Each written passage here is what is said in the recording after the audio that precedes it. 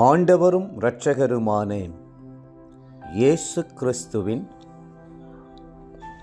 ஈடு இணையற்ற நாமத்தில் அன்றன்றுள்ள அப்பம் வாசகர்களுக்கு எங்கள் அன்பின் வாழ்த்துக்கள். 2026 ஆண்டு பிப்ரவரி மாதம் 25 புதன்கிழமைக்குரிய தின தியானம். இன்றைய தலைப்பு பெயர் சொல்லி.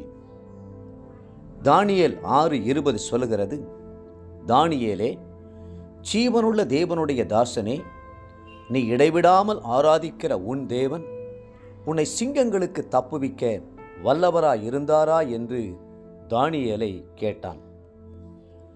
கர்த்தர் நம்மை பெயர் சொல்லி அழைக்கிறவர். நாம் இவ்வுலகத்தில் பிறக்கும் முன்னே தாயின் வயிற்றிலேயே அவர் நம்மை முன்குறித்து தமக்கென்று தெரிந்து கொண்டவர். அவர் நம்மை பெயர் சொல்லி அழைக்கும்போது நம்முடைய உள்ளமெல்லாம் பரவசமடைகிறது. தானியேலுடைய பெற்றோர் ஒரு கருத்துள்ள பெயரை அவனுக்கு சூட்டினார்கள். தானியேல் என்ற வார்த்தைக்கு தேவனே என் நியாயாதிபதி என்பது அர்த்தம். அந்த பெயரை கேட்கும் போதெல்லாம் தானியேலுக்குள் ஒரு பயபக்தி ஏற்பட்டிருக்க வேண்டும்.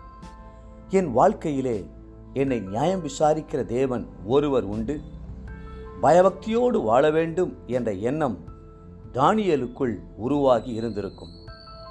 ஆனால் தானியேல் பாபிலோனுக்கு வந்தபோது அவனுக்கு பெல்தெஷாத்சார் என்ற பெயரை சூட்டினார்கள். தானியேல் 1:7.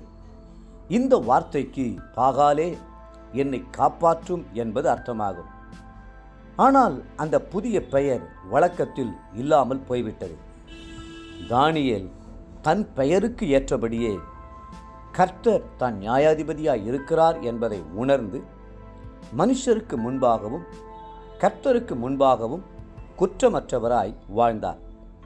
அந்த பெயர் அவருக்குள்ளே எப்போதும் ஒரு பரிசுத்தத்தை உண்டாக்கி கொண்டே இருந்தது.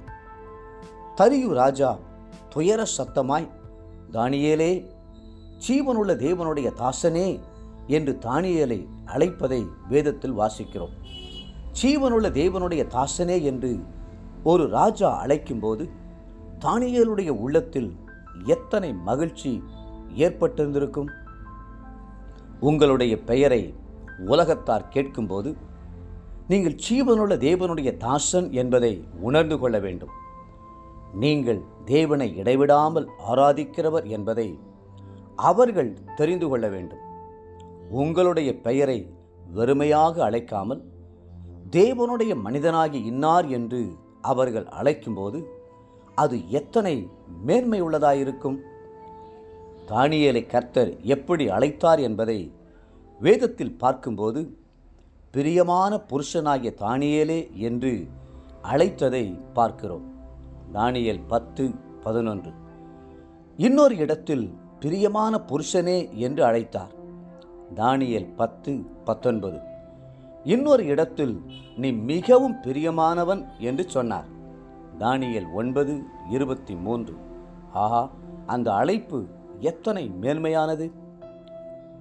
தேவப்பிள்ளைகளே, கர்த்தர் உங்களை அன்போடு எனக்கு பிரியமானவனே என்று அழைத்தால் அது எத்தனை இனிமையாயிருக்கும் என்பதை சிந்தித்து பாருங்கள்.